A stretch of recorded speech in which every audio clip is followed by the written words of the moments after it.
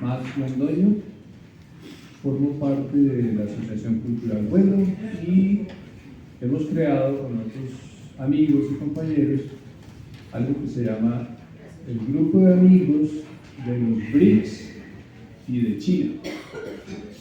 El 29 de agosto tuvimos un evento donde convocamos a un grupo para iniciar actividades. El tema que nos convoca es que tenemos un mundo convulsionado a puertas de una guerra termonuclear con 3 escenarios donde podría en cualquiera de ellos estallar, es decir, la situación de Ucrania, la situación de Gaza, del Medio Oriente en general, o incluso Taiwán, si Estados Unidos logra encender todas las mechas como lo ha hecho.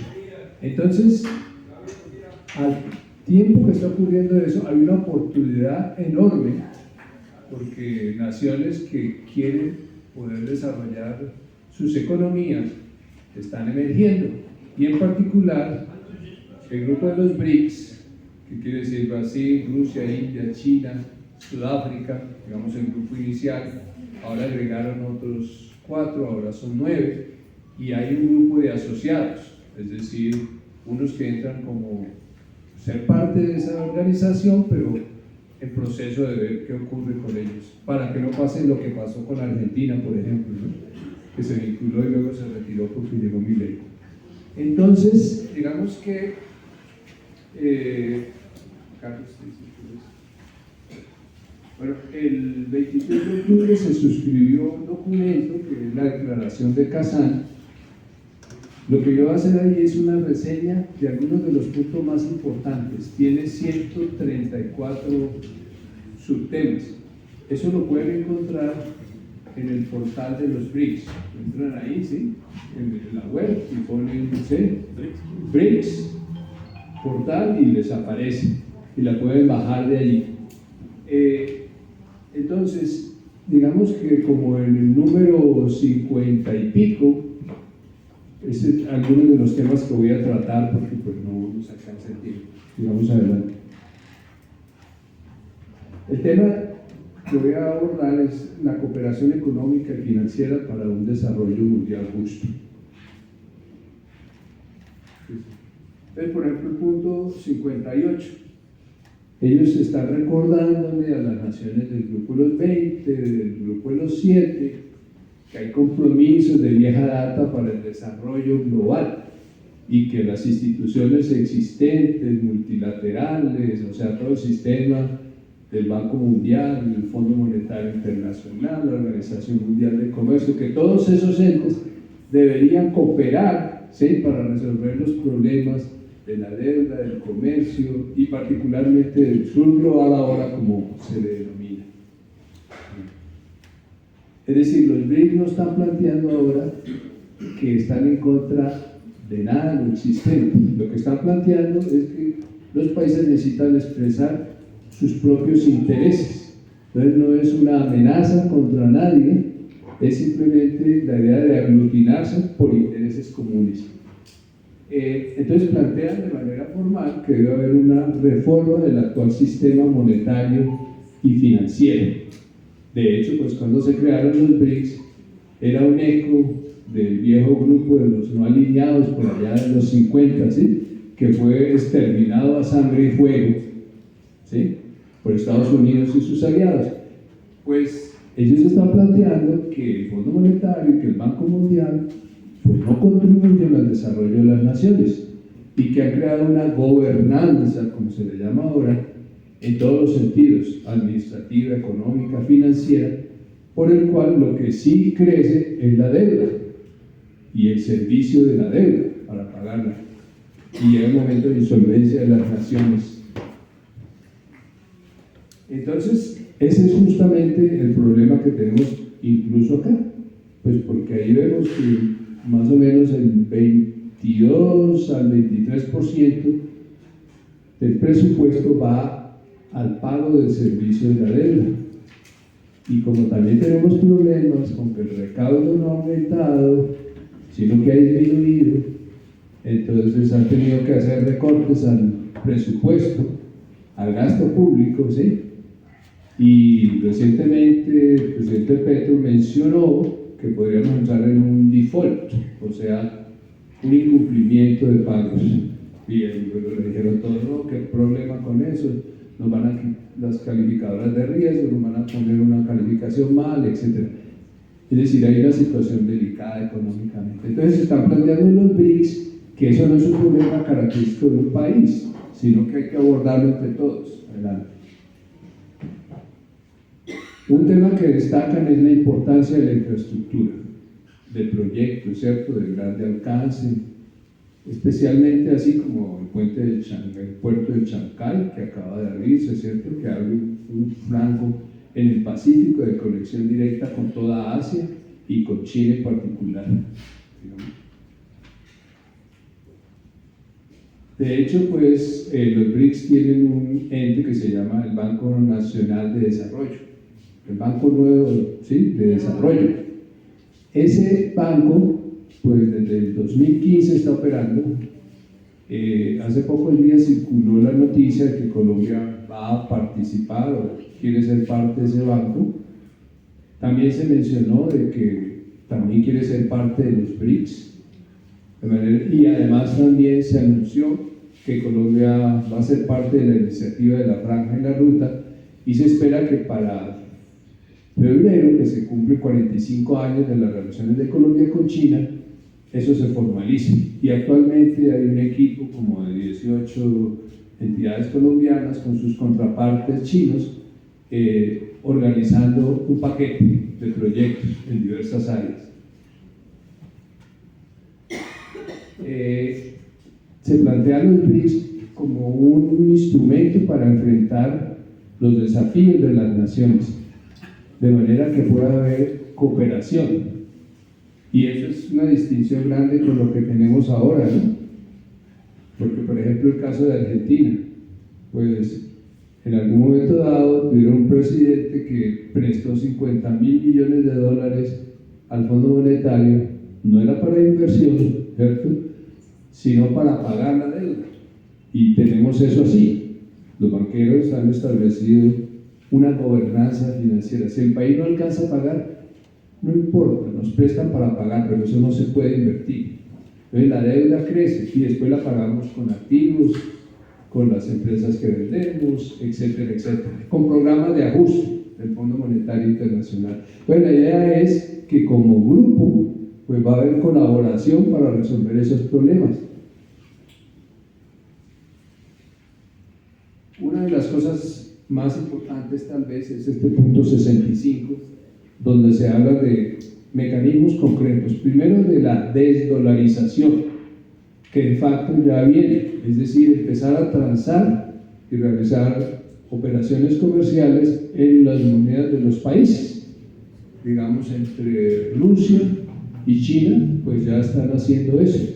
Una porción significativa de su comercio no pasa por el dólar. Existe un sistema que se llama el sistema SWIFT, digamos, de transacciones financieras internacionales, que lo controla Estados Unidos, aunque tiene sede en Europa y tiene como 11.000 oficinas, llamémoslo así, regadas en el mundo.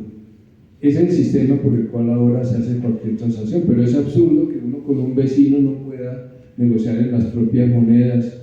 Entonces, eso ya se está haciendo. Lo que se quiere, y apenas se está testeando, es un sistema pues de transferencias financieras alternativo a ese sistema SWIFT. Y digamos que hay un prototipo, pues Rusia ha tenido durante este año la presidencia y ha estado muy activa en ese proceso. De hecho, los chinos también, además de los rusos, ¿sí?, tienen, e Irán, sistemas que van en esa dirección. ¿Por qué? Porque el dólar se volvió un arma de guerra, ¿no? O sea, Rusia tiene 15.000 sanciones de Estados Unidos, China ha recibido otras tantas, Irán, Venezuela, etcétera. La lista ahí es incontable. Entonces la idea es que pueda haber un mecanismo por el cual las naciones pues no tengan que estar sometidas a ese vasallaje. Y digamos que el BRICS pues no tiene una estructura formal como los entes existentes o jerárquica, ¿sí?, en donde unos son jefes y los otros sí, subordinados, pero están abordando pues varios temas. O sea, uno es desarrollar lo que acabamos de decir, de esas plataformas, ¿no?, para poder hacer las transacciones financieras, y incluso tener compañías de reaseguros BRICS. Se le dejó encargo a los ministros de finanzas de las naciones y de los bancos centrales para que desarrollen lo que mencioné, pues el tema de las monedas locales y los instrumentos de la plataforma de pago para que pues siga avanzando ese proceso. También tiene otra cosa que se llama acuerdo de reservas contingentes cuando hay problemas en la balanza de pagos. Entonces, como el caso que mencioné de Argentina, pues que sirvió para que Argentina quedara comprometida. Entonces luego Fernández, que fue el presidente, le tocó semejante chicharrón, ¿sí? Y pues después vino Milei ante la insolvencia del país y los problemas, ¿no?, con una campaña de propaganda enorme. Entonces, la idea es que haya colaboración. Si alguien necesita cómo resolver cosas, como déficit en la balanza de pagos, como que no puede pagar un tramo de una deuda. De hecho, por ejemplo, China acaba de hacer una moratoria en la deuda de 20.000 millones de dólares a varios países africanos. Y eso que ha habido una propaganda enorme contra China diciendo que la trampa de la deuda, ¿no?, que los proyectos que está haciendo es endeudar a las naciones y controlarlas. Pues acaba de haber una cumbre allá en Pekín y 53 de las 54 naciones africanas estuvieron allá, pues porque al menos pueden vender materias primas y empezar a procesarlas, pero tener a cambio ferrocarriles y otro tipo de obras de infraestructura, cosa que nunca había pasado. También se hace un llamado a que se continúen los ensayos para esos pagos transfronterizos, ¿no?, que les mencioné ahora, pero entonces pues que se testee más. Y hay varias actividades, por ejemplo, la idea de que las cadenas de suministro logísticas se coordinen. De hecho, pues los BRICS son los mayores productores de petróleo, ¿sí?, y también productores de cereales. Entonces, una de esas temas es crear como una bolsa también para manejar y controlar los precios y garantizar que haya mejores condiciones pues para el sur global. Primero con los cereales y después con bolsas de todos los alimentos, que es claro. También está el tema de la digitalización de los datos, la importancia pues de coordinar actividades, la expansión del comercio electrónico, lo que mencionaba ahora de la seguridad alimentaria, ¿sí?, a través de coordinar las políticas. Las zonas económicas especiales son muy importantes, es decir, fomentar la inversión extranjera. Esa inversión extranjera puede ser directa, es decir, que venga un país e invierte acá, o puede ser que haya alianzas nacionales para crear empresas mixtas, que es una modalidad importante que nosotros deberíamos exigir en ese tipo de procesos. De hecho, China empezó así por allá en 1978, es decir, ustedes pueden venir e invertir aquí, pero se garantiza que va a haber transferencia de tecnología, no simplemente una zona donde le bajamos impuestos, les facilitamos porque hay mano de obra barata y materias primas baratas. No, va a haber algo a cambio de eso, y eso es lo que nosotros necesitamos para un proceso de reindustrialización. Bueno, y digamos que ese material está disponible, ustedes lo pueden, ¿sí?, tener para poder conversar con otros compañeros sobre estos temas y pueden consultar en las plataformas, que es la de los BRICS. Por un lado, le colocan así, aparece un portal y ahí le ponen en español y no hay lío. Igual hay una plataforma de la Belt and Road Initiative, BRI en inglés, que es la iniciativa de la franja y la ruta, y ahí pueden encontrar también documentación, además de las, digamos, CGTN, Global Times, Xinhua, de las agencias chinas de noticias, tienen su parte dedicada a esos temas. Digo esto porque la desinformación en la web es increíble, ¿no? De todo lo que se dice. Bueno, entonces con respecto a la iniciativa de la franja y la ruta, pues ahí tenemos los icónicos ferrocarriles de alta velocidad y que van a 350 kilómetros por hora ahora, trocha ancha, electrificada, ¿sí? A grosso modo, ahí tenemos, digamos, la conexión física que existe, primero de las regiones interiores geográficas de China, porque para eso empezó esa iniciativa, ¿sí? De conectar con corredores ferroviarios, porque toda esta zona costera, pues es obviamente la zona más desarrollada, y acá pues había, ¿sí?, problemas, muy poca gente, clima muy, ¿sí?, complicado. Entonces, además China tiene vecinos como a 15, 17 naciones alrededor, entonces también tiene que preocuparse que sus vecinos estén bien, porque si no le van a hacer 17 frentes de guerra, además del de Taiwán. Entonces digamos que está esa conexión. Entonces uno de esos corredores es China, Mongolia, Rusia, ¿sí?, que conecta esto y de hecho conecta pues con Europa. Otro corredor es lo que se llama el puente euroasiático, ¿sí?, que va de China pues hasta acá a Europa también. Y este otro corredor que va por Asia Central, donde están todos estos países de origen islámico, ¿sí?, y que también llega a Europa. Entonces digamos que hay 3 corredores que se conectan con Europa y están otros como este de China-Pakistán, con salida acá al Océano Índico, y toda esta parte que también se conecta a China con Vietnam, ¿sí?, con Myanmar, la antigua Birmania, acá con Bangladesh. Entonces, digamos, eso es como, a grosso modo, esos corredores pues también, y hay una ruta de la seda, llamémoslo marítima, que es la conexión pues a través de los barcos, ¿sí? De hecho China pues ahora es la nación más poderosa, tiene una armada, no armada en el sentido militar, sino buques de transporte, ¿no?, de logística. Aquí hay un problema porque hay una zona, pues, el estrecho de Malaca, donde está una base militar de las 800 militares que tiene bases pues los Estados Unidos. Si esto lo cierran, pues el comercio de China a través de esta vía, ¿cierto?, que además tiene otro punto acá con el canal del Suez, ¿sí?, o sea, puntos donde eso se puede despelotar. Bueno, otro aquí es la puntita del Cuerno de África, digamos, aquí están los hutíes que están haciendo, ¿sí?, su trabajo ahí de bloquear a los Estados Unidos y a los británicos, pero digamos que China está buscando pues una salida por acá para no quedar atrapada acá también, y una salida por acá. Es decir, en cualquier proceso pues va a haber intereses mutuos, ¿cierto? Bueno, esos son los corredores básicos. También, digamos, esta es una propuesta que yo tengo sobre ferrocarriles, de cómo conectar al país.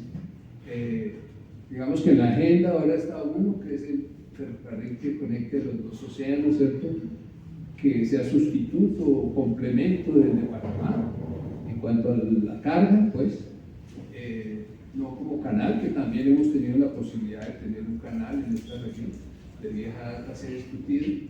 Por acá hay un tramo que se va a conectar con Buenaventura, a desarrollar de nuevo, de la antigua, digamos, estructura de los 3.300 kilómetros que teníamos casi de la época de Núñez, que quedaron como 1.300 y algunos tramos desarticulados. Ahora hay algunos que se están reviviendo, pero no son corredores modernos, entonces, pero al menos hay una voluntad política de hacer eso, pero hay que ponerlo en marcha porque toma tiempo todo ese proceso. Entonces aquí están como algunas propuestas de conectar de norte a sur y de oriente a occidente del país, particularmente la mitad de Colombia, pues el suroriente, escasamente a través de la conexión, pues, digamos, de carretera con Villavo y algo por Boyacá. Es la única conexión con esta zona, que es un absurdo. Entonces nos toca desarrollar esa, digamos, esa red capilar a través de ferrocarriles y también pues de dragado de ríos, etc. Entonces el único socio que tenemos ahora potencial pues es China, y la posibilidad de que con los BRICS también se expanda pues inversión. Acá está lo que ya les había mencionado, solo que más lineal, la conexión del puente de Eurasia con China, adelante. Y también ahí, bueno, lo único adicional en esta es lo que le llaman la ruta de la seda polar, que también China está, ¿sí? Y Rusia también está muy activa. Y gracias a la guerra que ha provocado a Estados Unidos en la situación de Ucrania, aunque pues no voy a hablar mucho sobre eso ahora, es decir, acercar cada vez más misiles nucleares a Rusia, como está ahora, con la OTAN, y la OTAN en particular ahora con Ucrania, que es lo que quiere, pues es lo que ha provocado la guerra. Pero entonces, eso ha permitido que China y Rusia estrechen sus contactos, y con Mongolia, y que toda esta zona de Siberia que estaba, pues, o sea, China, Rusia es el país primero, segundo, geográficamente más grande del planeta, pero solo tiene como 150 millones de habitantes, es muy poquito. Entonces, esta zona ahora se está desarrollando enormemente. Bueno, digamos, pues, ¿qué es la iniciativa de la Franja y la Ruta? Ya lo vimos grosso modo, digamos que no es nuevo eso, porque hace 2000 años ya existían esas rutas de la seda, ¿sí? Desde China hasta Europa. Y digamos que hasta hace 300 años todo el océano Índico pues era la zona más desarrollada del planeta, y donde más comercio había, y donde no había ninguna potencia hegemónica, y eso fue lo que el colonialismo aplastó, digámoslo así. Todos fueron llegando, los holandeses, los españoles, los portugueses y los ingleses, ¿sí? A toda esa zona de Asia y a China en particular.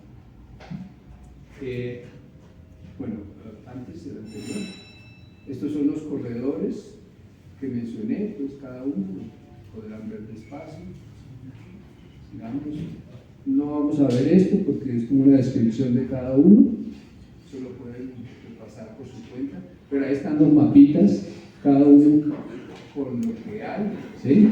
Que son corredores que van con ferrocarriles, en algunos con autopistas, hay puertos, hay represas y también procesos de manufacturas.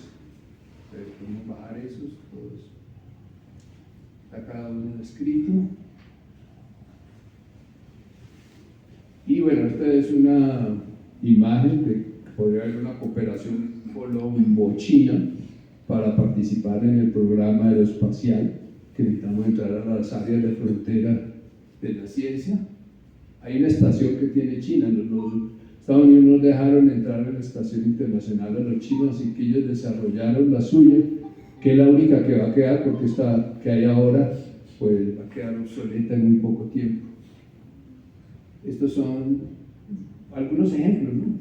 Ferrocarril de alta velocidad en Yakarta, Bandung, el expreso pues que va hacia Europa de China en una de sus facetas,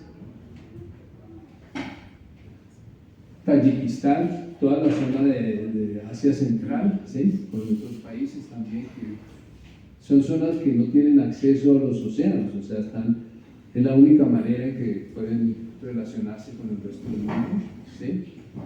Y bueno, hay puertos de carga, hay diferentes actividades. Bueno, entonces digamos que ahí tenemos como el panorama estratégico de una alternativa al sistema obsoleto de Bretton Woods. Digamos que es importante ahora que en la agenda del país puedan discutirse estos temas, porque como decíamos, el gobierno de Petro ha expresado su disposición de articularse con los BRICS y de articularse con la iniciativa de la Franja y la Ruta. Pero digamos que a corto plazo está toda la coyuntura que ya hablamos, que está tratando de usar pues, toda la oligarquía de este país para impedir el proceso que debe empezarse, que es la industrialización de Colombia. Entonces, en primer lugar, necesitamos una agenda para unificar a todo el mundo. Y esa agenda pues es que todos podamos trabajar y comer, que no pueda haber paz si no hay comida, y si no hay empleo, y si no es bien remunerado, y si no es productiva la actividad. Entonces digamos que lo que alguna vez existió como manufacturas, que habían autopartes que se producían para unos vehículos que se armaban acá, pues entre Gaviria y Uribe, trayendo todo lo que era lo de Reagan y lo de la señora Thatcher, el neoliberalismo, pues arrasaron con todo eso, en la onda de que había que vender todo, porque era más eficiente, los empresarios y en general los extranjeros. Entonces necesitamos, primer tema, la reindustrialización del país, es decir, producir máquinas, herramientas, máquinas que produzcan máquinas, no solamente bienes de consumo, también hay que producir de eso. Entonces podríamos tener, por ejemplo, vehículos eléctricos. Listo, pues podríamos hacer un acuerdo con BYD, la compañía china, y que acá produzcamos los carros, pero entonces en empresas conjuntas para hacer transferencia de tecnología. Ok. También necesitamos producir barcos, ¿cierto? Todo lo que tenemos alrededor nuestro casi se importa. Entonces, tema 1. Tema 2, la comida.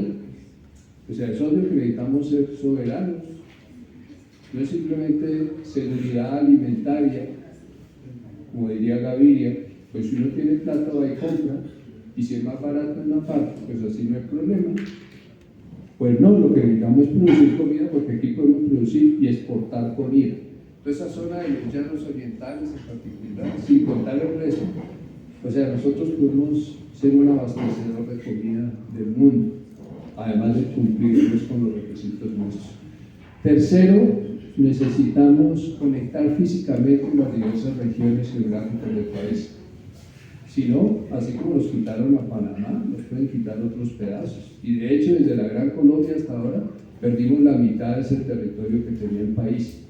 Entonces necesitamos pues, conectar con corredores ferroviarios y también usar nuestros ríos. ¿Qué más necesitamos? La ciencia y la tecnología de frontera, es decir, lo más avanzado. Entonces, el programa espacial 1. Un tema muy importante y polémico también es el tema de la transición energética. O sea, no puede ser que solamente esté lo solar y lo eólico. Digamos que en 10 o tal vez 20 años vamos a tener la fusión termonuclear. Hay dos formas de energía de fusión, de energía nuclear. Entonces, la matriz nuestra debería incluir, por un lado, la fisión nuclear, que son los reactores de uso convencional, de los cuales hay 400 a nivel planetario. Los franceses tienen como 70, Estados Unidos tiene un poquito más de 100, China tiene 30 y pico, pero China está construyendo 150, es el país que más. Ahí lo que ocurre es que se rompen átomos pesados como uranio, plutonio, se genera radiación que se puede usar para calentar el agua, y esa agua pues mueve unas turbinas, ¿cierto? Y ahí es como parecido a lo que ocurre en una hidroeléctrica. Eso está probado, que tiene un material que hay que guardar porque no hemos desarrollado la tecnología para reprocesarlo, pues sí, pero funciona. Entonces, además de eso, en la parte de fisión nuclear necesitamos toda la parte de la parte médica. No sé si han visto esos exámenes que lo escanean a uno, ¿cierto? Y le meten un radioisótopo que tiene una vida muy corta. Y aquí tuvimos un reactor. Y bueno, ahí está chiquitico, lo regaló Eisenhower cuando Estados Unidos estaba en otra onda. Entonces necesitamos un programa nuclear nuestro también. No es un programa de armamento nuclear. En la parte de la fusión termonuclear se refiere a crear el equivalente de soles chiquitos acá en la Tierra. Allá lo que ocurre es que hay hidrógeno y por circunstancias ahí hay una presión muy alta y alguna vez se inició una reacción y entonces se genera helio, que es el segundo en la tabla periódica, y en ese proceso se libera la energía que nosotros recogemos acá en los paneles solares. Entonces, lo que se está trabajando, hay reactor con todas la Unión Europea, China, Estados Unidos, como 30, en Francia, donde están pues está a punto de entrar en operación. Le llaman un tokamak. El tokamak es como una especie de esfera grandotota, donde va a haber un plasma, que es un material que llega a 100 millones de grados centígrados, como los del Sol, y que la idea es producir pues, más energía que la que se gastó en iniciar el proceso. Y de ahí se generaría, digamos, hidrógeno es el material básico, y el hidrógeno pues lo tenemos en el agua, ¿no? H2O, o sea que sería accesible. Y eso es lo que digo, que nosotros deberíamos tener una matriz que incluya, pues además de lo hidroeléctrico, lo solar, lo eólico, lo nuclear en la parte de fisión, también un grupo de jóvenes nuestros que estén estudiando, porque se echa 20 años para que alguien sea competente. Entonces, digamos que eso es más o menos la propuesta que formulo, y en el contexto de los BRICS y de la franja de la ruta de China, por primera vez en siglos tenemos unos aliados confiables, porque digamos que lo de China muestra que no es carreta, sino que lo están haciendo, ¿sí? Y que puede haber beneficio mutuo, win-win en inglés, es decir, ventaja de ambos bandos. Hasta ahora lo que predomina en nuestras naciones occidentales es la idea de suma cero, es decir, que si yo gano es porque le corto al otro la cabeza. Entonces eso se tiene que acabar, y eso es lo que tenemos en marcha, esas posibilidades de relación de cooperación a través de los BRICS y la iniciativa de la franja de la ruta, que es una especie de prototipo de los BRICS, porque ha demostrado que sí es posible, ¿sí?, que las naciones salgan adelante. También quiero invitarlos a que nos ayuden a que esta idea del grupo de amigos de los BRICS y de China se expanda para que a nivel nacional podamos meter esa agenda en la discusión política y particularmente pues en el proceso que viene, ¿sí?, electoral. Bueno, muchas gracias, compañeros. Bueno, muy bien, muchas gracias, Maximiliano. Entonces, por favor, vamos.